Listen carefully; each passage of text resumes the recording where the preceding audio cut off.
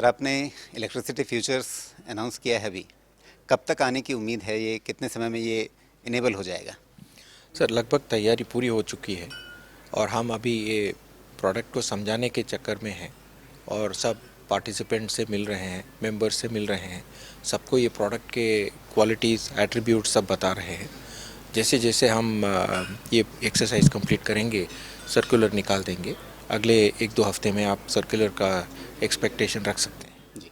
और ट्रेडिंग कब से शुरू हो जाएगी इलेक्ट्रिसिटी फ्यूचर्स की? सर सर्कुलर में डेट होगा, जी। अभी एक हमने अंदाज़ा तय नहीं किया है। हो जाएगा, जल्दी ही हो जाएगा। महीने भर के अंदर? बिल्कुल हो जाना चाहिए, हो जाना जी। चाहिए, ऐसा ही कुछ होगा। ओके। लेकिन इलेक्ट्रिसिटी फ्यूचर थोड़ा एक आम आदमी के नज़रिए से समझना चाहूँगा। आमतौर पे हमारे घर में बिजली आती है और जो बिजली कंपनी है वो हमें बिल भेजती है। लोगों को सुनने में ये मतलब एक बार झटका लग सकता है, बिजली वाला नहीं लेकिन विचार वाला, कि अच्छा एनएससी बिजली देगी, वहाँ पर हम बिजली खरीद सकते हैं। थोड़ा समझाइए आम आदमी की नज़र से। नहीं सर, ऐसा है कि आज आपका मान लीजिए बिजली का बिल आता है 15,000 रुपये का। आप साल में 1,80,000 रुपया खर्च करने वाले हैं। महीने का अगर 15,000 है तो अगले साल में क्या आप गारंटी बोल सकते हैं कि उतना ही होगा? कि कॉस्ट ऑफ पावर बढ़ सकता है, कॉस्ट ऑफ इलेक्ट्रिसिटी बढ़ सकता है। अगर आपको लगता है नहीं नहीं पावर का कॉस्ट बढ़ भी सकता है, जैसे कि हमने बहुत सारे राज्यों में देखा है, तो फिर आपको यहाँ पे आके हेड्ज करने का एक मौका मिलता है। तो आप यहाँ पे खरीद सकते हैं फ्यूचर्स, जिससे कि आपको अगर कॉस्ट बढ़ जाता है, जिस कॉस्ट पे आपने यहाँ पे लॉक किया उससे भी अगर ज़्यादा हो जाता है प्राइस, तो आपको फ़ायदा हो जाता है। जी। लेकिन आमतौर पे जो पावर एक्सचेंज हैं जो पहले से चल रहे हैं, जहाँ पर स्पॉट में हाजिर में खरीद बिक्री होती है बिजली की, वो बिल्कुल इंस्टीट्यूशनल गेम है। मतलब जो बिजली बनाने वाली कंपनियां हैं, बिजली लोगों के घरों तक पहुंचाने वाली कंपनियां हैं, डिस्कॉम्स हैं, जो बड़े कंज्यूमर्स हैं, काफ़ी बड़ी कंपनियां, कॉरपोरेट्स हैं, उनका गेम है वो। क्या यहाँ पर इलेक्ट्रिसिटी फ्यूचर्स लॉन्च करते समय आपको वही सेगमेंट ध्यान में है, या जो आपको जो बड़े फॉरेन प्लेयर्स हो सकते हैं, एफआईआईज हो सकते हैं, क्या उनके लिए आप एक फाइनेंशियल इंस्ट्रूमेंट ला रहे हैं, एचएनआईज के लिए ला रहे हैं, या इस बीच में कहीं पर रिटेल भी है? सर हमारा इंस्टीट्यूशनल पार्टिसिपेशन का ही एक्सपेक्टेशन है शुरुआत में, और एचएनआई शायद बाद में आएंगे, क्योंकि उनका भी काफ़ी कंजम्पशन बढ़ रहा है। और आप एक चीज़ देखेंगे तो भारत में काफ़ी सारे डेटा सेंटर्स बन गए हैं आज के डेट में। अभी डेटा सेंटर्स में पावर ज़्यादा कंज्यूम होता है और पावर कॉस्ट अगर बढ़ता है तो उन पे वो बहुत असर हो सकता है उसका। तो ऐसे लोग जो है जिन पे मतलब कॉस्ट ऑफ पावर बहुत इंपॉर्टेंट है जिनके लिए, और मैन्युफैक्चरिंग कंपनीज भी बढ़ते जा रहे हैं, सप्लाई चेन्स इंडिया में शिफ्ट हो रही हैं, तो एक्टिविटी बढ़ रहा है एसेंशियली। जैसे जैसे एक्टिविटी बढ़ेगा और जिस जिसका पावर कॉस्ट बढ़ा है प्रॉफिट एंड लॉस अकाउंट में, वो सब लोग सोचने लगेंगे कि भाई हमको इलेक्ट्रिक फ्यूचर्स चाहिए ताकि हम लॉक कर दें प्राइस को। अगले 2-3 साल के लिए हमको अगर कंफर्ट मिल सकता है तो लॉन्ग टेनर कॉन्ट्रैक्ट जिनको बोलते हैं उन पे लोगों का इंटरेस्ट बढ़ जाएगा। तो हम तो अभी फ़िलहाल मंथली कॉन्ट्रैक्ट्स लॉन्च कर रहे हैं, पर हमारा इरादा ये है कि क्वार्टरली भी लेके आएँ और ईयरली भी लेके आएँ धीरे धीरे। बिल्कुल। लेकिन फिर शुरुआत में जो बड़े इलेक्ट्रिसिटी कंज्यूमर्स हैं जिन्हें हेजिंग करनी है, मतलब अपने कॉस्ट को कहीं भविष्य में अचानक से उनके ऊपर बड़ा बर्डन ना आ जाए प्राइस फ्लक्चुएशन के चलते, वो जिनको चिंता संभालनी है, वैसे लोग आएंगे। लेकिन अगर एक वॉल्यूम अच्छा जनरेट होता है तो क्या आपको लगता है कि इसमें स्पेकुलेटिव एक्टिविटी, यानी जिनको बिजली के कंजम्पशन से लेना देना नहीं है, उन्हें एक इंस्ट्रूमेंट दिख रहा है कि यहाँ पर अगर प्राइस वोलेटिलिटी होती है उसका हम फ़ायदा उठा सकते हैं, उस स्पेकुलेटिव एक्टिविटी के साथ क्या आपको लगता है कि एचएनआई और रिटेल एक्टिविटी इसमें आ सकती है?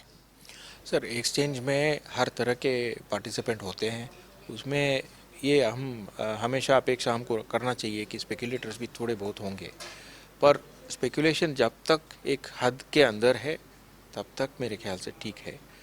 अगर स्पेकुलेशन बहुत ज़्यादा हो गया तो रेगुलेटर्स कुछ नियम लेके आएंगे जिनके ज़रिए उस स्पेकुलेशन को कंट्रोल किया जा सकता है। जैसे कि हमने इक्विटी डेरिवेटिव्स में अभी पिछले 6-8 महीनों में हमने देखा है, तो उस तरह के कुछ नियम बन भी सकते हैं बाद में, पर फिलहाल हमारा ये लॉन्च करने का इरादा है, इसको चलाने का इरादा है, ये बाद में देखा जाएगा। तो महीने भर में इसमें ट्रेडिंग शुरू होने की उम्मीद है। थोड़ा इसके प्रैक्टिकल एस्पेक्ट्स बताइए कि ये इसका मतलब लॉट कितने बड़ा साइज़ का होगा। आपने बताया है 50 में 50 के मतलब 50,000 यूनिट इसको मोटे तौर पे समझा जाए कि आमतौर पे एक व्यक्ति के घर में 1,000 1,500 इस तरह की यूनिट्स महीने में खर्च होती है। तो मतलब 50 महीने के बिजली के खर्चे के बराबर इसका एक लॉट होगा, क्या इसका मतलब ये समझा जाए? नहीं, बिल्कुल ये छोटे इन्वेस्टर्स के लिए नहीं है, छोटे पार्टिसिपेंट्स के लिए नहीं है, ये बड़े पार्टिसिपेंट्स के लिए है, जैसे कि मैंने पहले भी बताया आपको।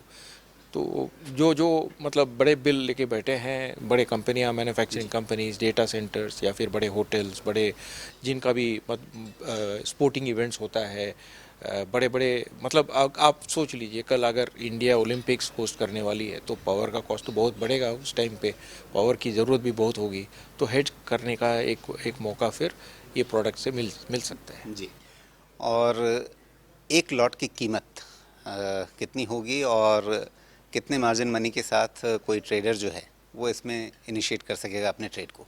अंदाज़न 2.5 से 3 लाख के आसपास होगा कॉन्ट्रैक्ट वैल्यू, और मार्जिन 12 से 15% के अंदर होगा, जी। इनिशियल मार्जिन, फिर ऑन गोइंग तो होते रहेगा। अब ये फिगर सुन कर के बहुत सारे ट्रेडर्स जो आज की तारीख में इक्विटी में पार्टिसिपेट करते हैं, इवन गोल्ड करेंसी में पार्टिसिपेट करते हैं, वो कहते हैं कि इतना ही बड़ा लॉट तो हमारा इक्विटी में भी होता है, इससे कई बार बड़ा ही होता है। तो वो कहेंगे हमारे लिए एक और इंस्ट्रूमेंट आ गया। सर, ये प्रोडक्ट का जो बिहेवियर है उस पर निर्भर करता है, क्योंकि वॉलेटिलिटी के बेसिस पे ट्रेडर्स चूज़ करते हैं कि कहाँ पे उनको ट्रेड करना है। मैं ये मना नहीं कर रहा हूँ कि कोई कोई आएंगे यहाँ पे, थोड़ा सा आजमाएंगे इसको, वो करना भी चाहिए लोगों को। पर ये कितना स्पेकुलेशन होगा उस पर कमेंट करना बहुत अभी अर्ली स्टेजेस में है, मतलब नहीं है। हम वॉच करेंगे इसको, और ज़रूरत पड़ा तो कुछ रूल्स लेके आएंगे फिर। आज की तारीख में आप इस प्रोडक्ट को लेकर के इन्वेस्टर्स को, जैसे अभी आप मेंबर से मिलने वाले हैं, ब्रोकर्स कम्युनिटी को अवेयर करने वाले हैं इसके बारे में, इंस्टीट्यूशनल जो प्लेयर्स होंगे उनके साथ आप बात करेंगे, लेकिन जो रिटेल आपने कहा कि हाँ कुछ लोग आएंगे, तो उनको अवेयर करने के लिए आप क्या कहना चाहेंगे? मतलब अगर कोई इसके बारे में ध्यान देता है कि अच्छा ठीक है, एक नया डेरिवेटिव इंस्ट्रूमेंट मेरे सामने आ रहा है इलेक्ट्रिसिटी फ्यूचर के नाम से, मुझे इस पे दांव लगाना चाहिए, तो उसको किन बातों के लिए अवेयर रहने की सलाह आप देंगे? सर, ये फ्यूचर्स ही लॉन्च कर रहे हैं हम ऑप्शंस नहीं लॉन्च कर रहे हैं फिलहाल। ऑप्शंस जो है सस्ता होता है ट्रेड करने के लिए, कॉस्ट ऑफ ट्रेडिंग देखेंगे तो फ्यूचर्स में उतना ही मतलब एडवांटेज मिलता है। तो मुझे लगता है कि जेन्युइन प्लेयर्स ही आएंगे यहाँ पे, जिनको सच में हेज करना है, और हमको भी वैसे ही पार्टिसिपेंट शुरुआत में चाहिए जो प्रोडक्ट को समझेंगे, यूज़ करके देख लेंगे, और फिर धीरे धीरे धीरे उनका जो एंटिसिपेशन है on the actual cost of power, उसके बेसिस पे ट्रेडिंग करते रहेंगे। आप देखिए, इंडिया में इतने सारे पार्टिसिपेंट्स हैं, और अगर 3-4 हज़ार 5,000 लोग भी आ गए शुरुआत में, तो ये बड़ा सक्सेस बोल सकते हैं इसको। जी। अच्छा, कमोडिटी पे आपका फोकस कंटिन्यूसली बढ़ रहा है, लगातार आप नए प्रोडक्ट्स ला रहे हैं, और इससे पहले भी आपसे बात हुई है। आपने एक टाइमलाइन जैसा कहें या एक तरह से रोड मैप रखा हुआ है कि किस तरह से आपको कमोडिटी में आगे बढ़ना है। अभी तक कितनी सक्सेस मिली है? क्योंकि ये सारा खेल वॉल्यूम्स का है, तो कौन कौन से ऐसे प्रोडक्ट्स हैं जहाँ पर आपको लगता है कि वॉल्यूम बनना शुरू हो गया है? सर, हमको लगभग 18-20 महीना लग गए ये पूरा इकोसिस्टम को तैयार करने में, क्योंकि कमोडिटीज़ में कोलोकेशन अलाउड नहीं है। एक एक पार्टिसिपेंट को लीस्ट लाइंस लेके सेट करना पड़ता है, और दो लीस्ट लाइंस बनाना पड़ता है। इस पूरे चक्कर में 20-20, 25-25 लाख खर्च करने पड़ते हैं। तो इसमें काफ़ी टाइम चला गया है। हमारा फोकस क्रूड ऑयल और नेचुरल गैस पे है। जी, ओके। इस समय एक और मुद्दा है जिस पे काफ़ी ज़्यादा क्यूरोसिटी है, लोगों में उत्सुकता है, और मुझे ये भी पता है कि हाँ आपके पास मतलब जवाब देने के लिए बहुत एक लिमिटेड स्कोप है, क्योंकि रेगुलेटर का मसला है। आप लार्जेस्ट एक्सचेंज हैं, और इंटरेस्टिंग बात यह है कि आप सबसे ज़्यादा अनलिस्टेड कैटेगरी में सबसे ज़्यादा इन्वेस्टर्स वाली कंपनी भी बन चुके हैं। मतलब सबसे ज़्यादा अगर अनलिस्टेड शेयर्स की कहीं पर ट्रेडिंग आज की तारीख में हो रही है तो वो NSE है। सबके मन में है कब तक आने वाला है IPO? सर, रेगुलेटरी अप्रूवल जैसे ही मिलेगा फिर IPO के नेक्स्ट स्टेप शुरू कर देंगे। जी।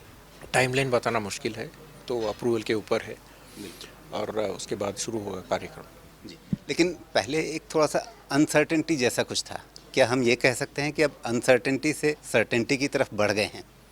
सर, ये तो हमने भी सेबी चेयरमैन के व्यूज़ से रिसेंटली समझे हैं कि अभी एक एक करके सारे जो भी उनके एक्सपेक्टेशंस थे जी, वो सॉर्ट आउट हो गए हैं, तो हमको भी उम्मीद है कि अप्रूवल मिलेगा और हम आगे बढ़ेंगे। जी।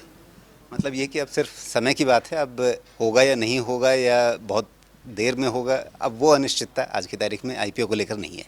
सेबी चेयरमैन सर ने यही बोला है। जी, थैंक यू श्री रामकृष्ण जी, नमस्कार।